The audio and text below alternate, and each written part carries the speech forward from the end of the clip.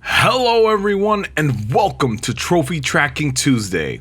I'm your host Rob, and today we're going to attempt to track down the one-shot trophy in Alien Isolation, unlocked by only 2% of players at the time of writing. For those of you who don't know, the one-shot trophy is given to you for beating the entire game without dying. And just to make it a little more difficult on myself, I will be attempting this trophy on Nightmare difficulty. Now, full disclosure, I've watched speedrunners do this. I know it's possible. I just don't know if I can do it. So without further ado, let's get into the challenge. So just for the sake of saving time, for my sanity, and just so you guys aren't bored, we're going to go ahead and skip to the more challenging parts of the game. But before I do, I need to show you guys this glitch I encountered. So I've spoken to both Samuels and Taylor. This usually triggers Verlaine the captain to call you to the bridge. Only thing is, Verlaine will not talk to you until both Taylor and Samuels show up. Taylor showed up, but where's Samuels? Why, here he is, in sickbay, staring at a wall. Why is he staring at a wall? I have no idea why he's staring at a wall. He got stuck like this for so long, I couldn't unstick him no matter what I did. Seriously, I took this personally. If you guys know why this happened, let me know. Excellent. Back on me.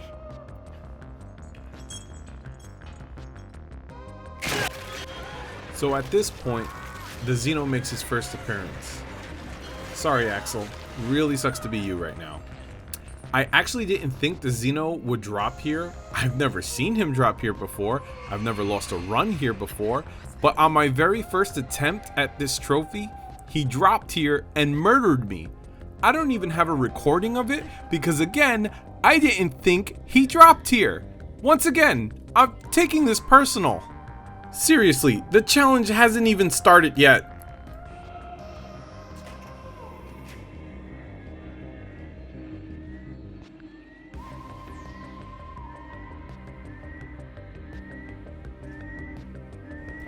Yes. Now from here on out, the challenge really begins. From this point on, the Xeno will be tracking you relentlessly. Running is inadvisable. Also, I should probably take this moment to mention that the speedrunning community refers to him as Steve. Steve. I don't know why they refer to him as Steve. I just found it odd and felt like mentioning it. I will personally be calling him Xeno, because you know, he's a Xeno, and it just makes sense to me. Also, I'm very uncreative when it comes to names, so Xeno it is. Oh man, look how creepy he looks, stalking the hallways. Have I mentioned that I love this game? I should probably mention that I love this game.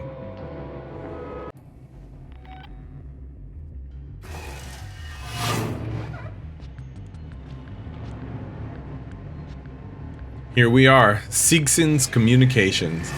Now, I've seen some people have trouble with this level, which is weird to me because I've never actually had any trouble on this level. In fact, I've never really had trouble with the droids in any of my playthroughs.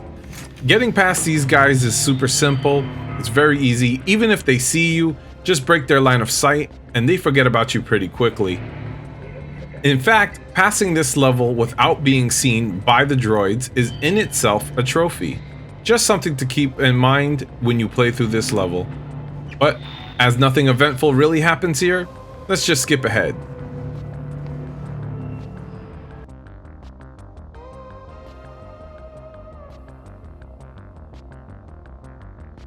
Mission 5, Cool Man's Chapter. This, my friends, is the first real hurdle of this challenge. Meet Coolman, the morphine addict. This useless lump sends you to collect a passcode and a key card. Only problem is, as soon as you collect the passcode, you trigger the Xeno. This mission is full of narrow corridors and random debris strewn around to impede your progress. Relax. I'm just trying to find out what that is. You focus on finding that keycard. Shit.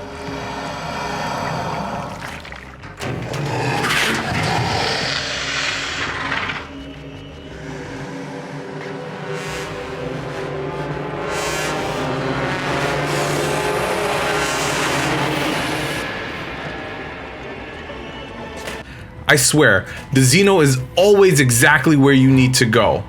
I'm aware it's a game mechanic, I just need it to vent. Get it? Because the Xeno up vents? Oh, forget it. I'm just gonna get back to the challenge.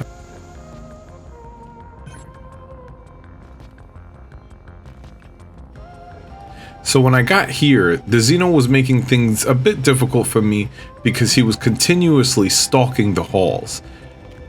It was very hard for me to get just to this room to get the key card. So I decided to use a trick that I learned from a speedrunner. I have to say, I owe the full credit of my survival to Psycho Hypnotic. I was watching one of his videos and he did something actually genius. What you do is you smack a wall while you lock yourself in a room that he can't get into.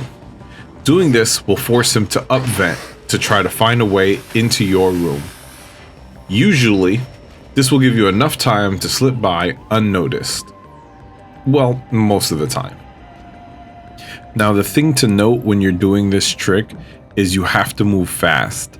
I was actually so scared that I was going to ruin the run here that I'm actually pausing even though I can hit the button to exit the room. I'm actually pausing and waiting. I waited way too long, and by the time I decided to move on, he had already re-dropped.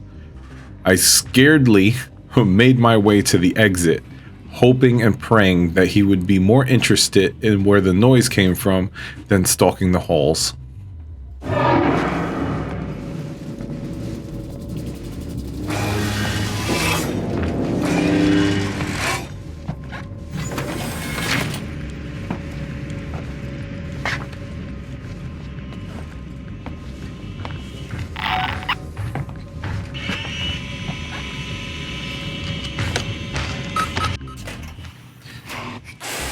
Here you can actually hear him hiss as he catches a glimpse of me.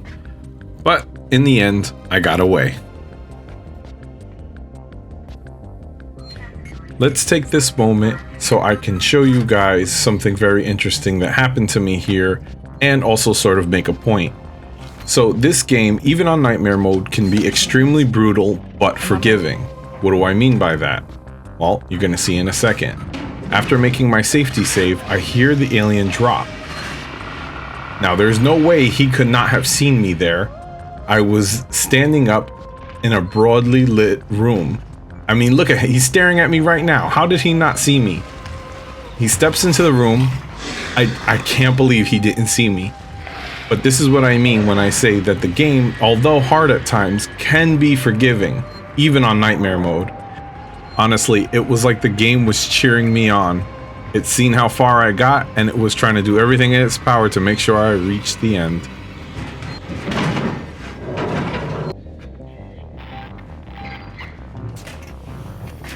Watch me play peekaboo with the Xeno as I take this moment to talk to you guys about this game's incredible AI system.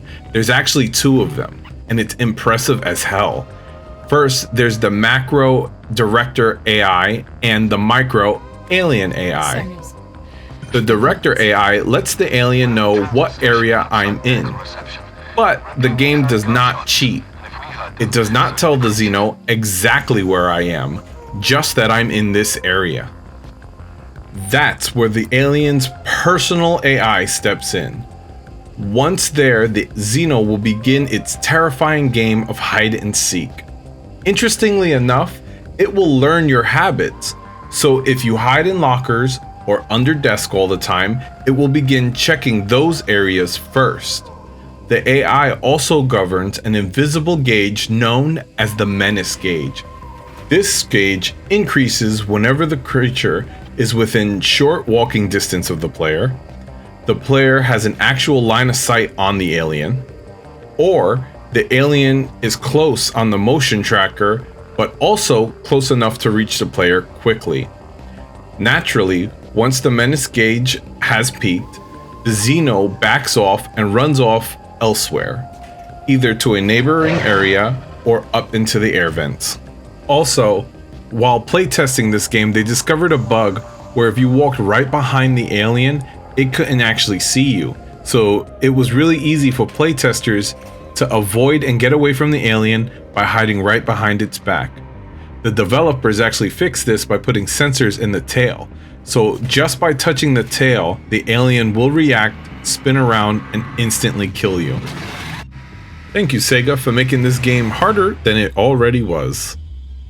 I don't know if you caught the sarcasm there, but that was sarcasm.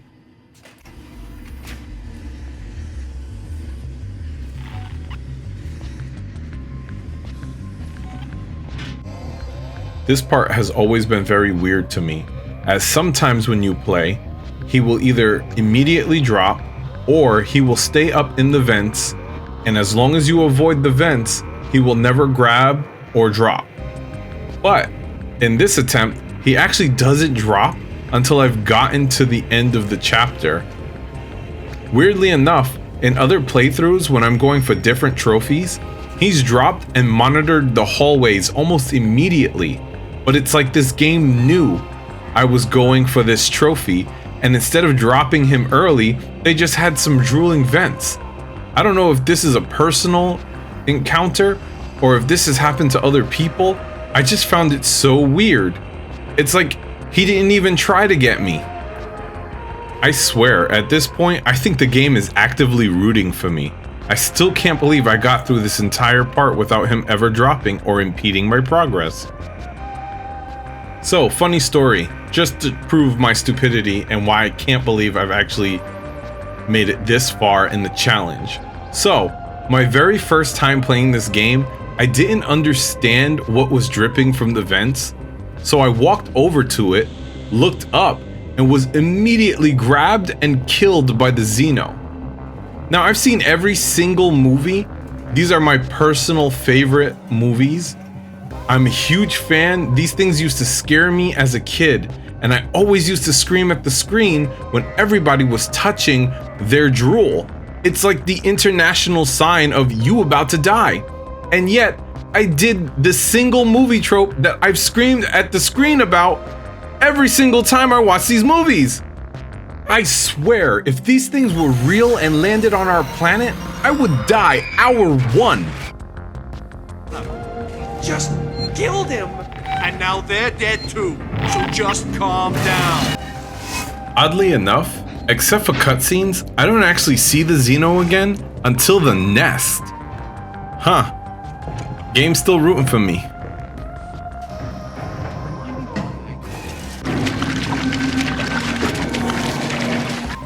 Mission 14, the nest. Always a run killer.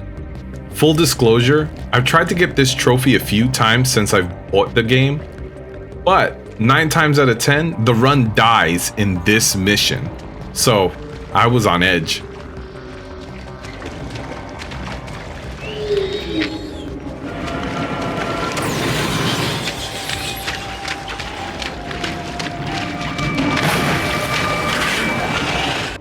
Even here, in a panic, I ran past him, spun back around because, you know, giving the Xeno your back, never a good idea. I pull up the flamethrower trying to frighten them, but ended up using way too much fuel to get them to back off. I can't believe I wasted that much.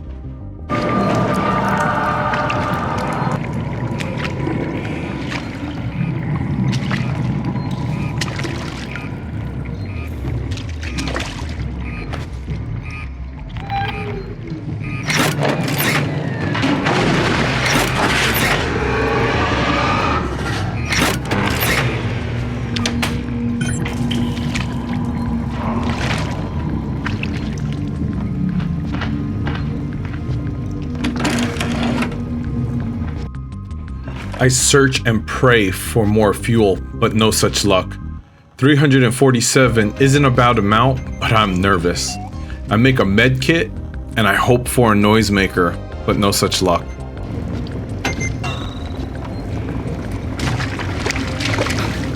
As I'm leaving, I remember the trick from earlier. Fingers crossed this works.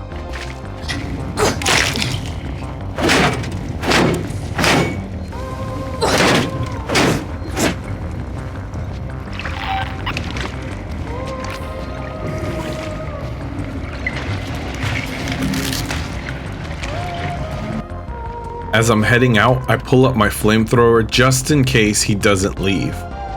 But to my surprise, he actually does.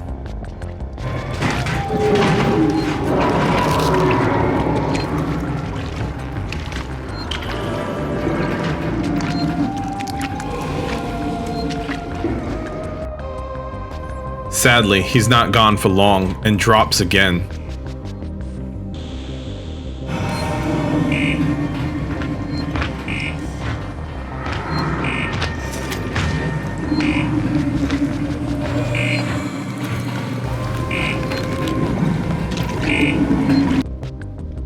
I get antsy and I go for the switch early, only to get caught and waste even more fuel.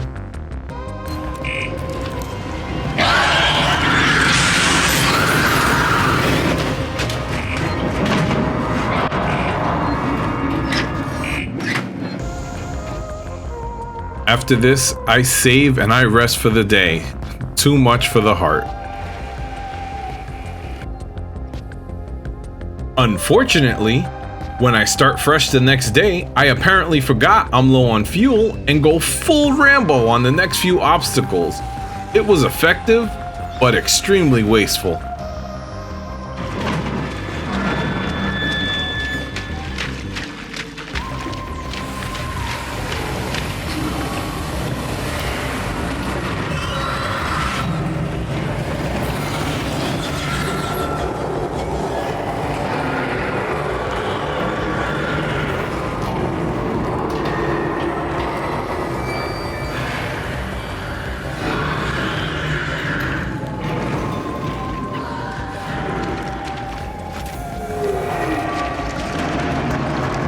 Sadly, the next few chapters aren't as eventful as this one, so I'm just gonna skip ahead.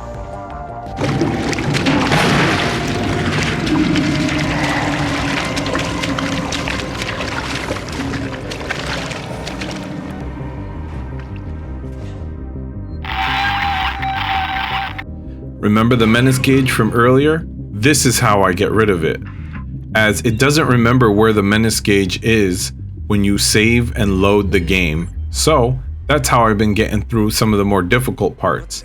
I save the game and I load it back, and generally this will drop the menace gauge and the alien will stay away.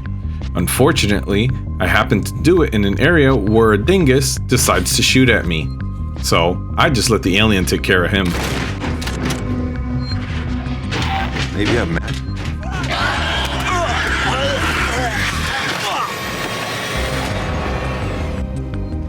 Rough day, huh, guy?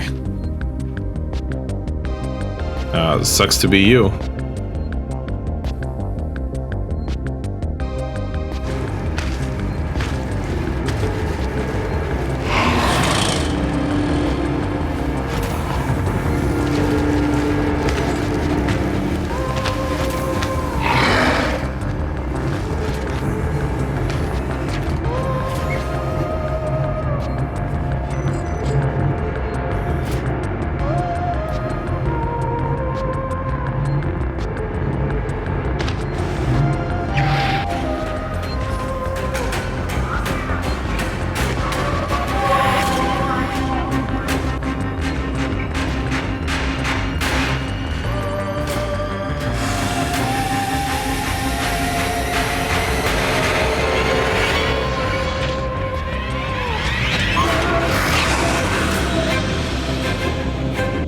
I can't even describe what happens next.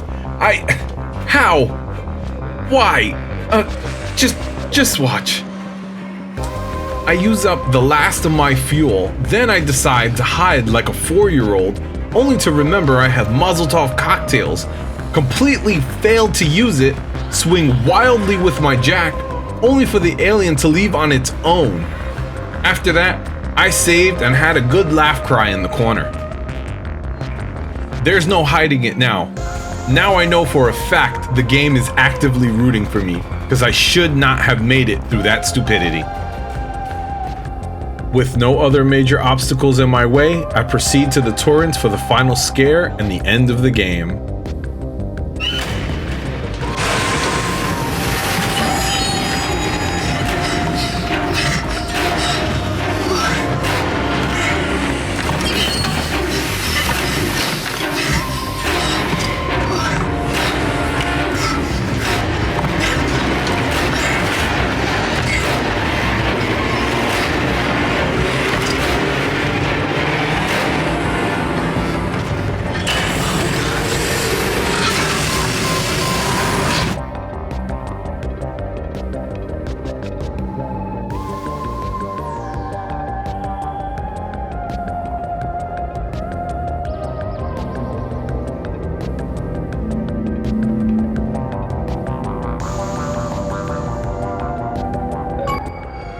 And with that notification, I have beaten the challenge. That was actually surprisingly simple. I had no trouble with any of the droidy boys, and the few instances I had face-to-face time with the Xeno weren't too bad due to clever planning and sheer stupid blind luck. I really mean it. I think the game was actively rooting for me, because it should not have been as easy as it was. So, if you guys like scary games or watching people play scary games, hell, even if you just like me, consider liking, sharing, and subscribing. If there's any other challenges you guys like me to try, if you have any idea of any trophies you think I should go after, please let me know, and I'd love to try it. I'll see you guys in the next one.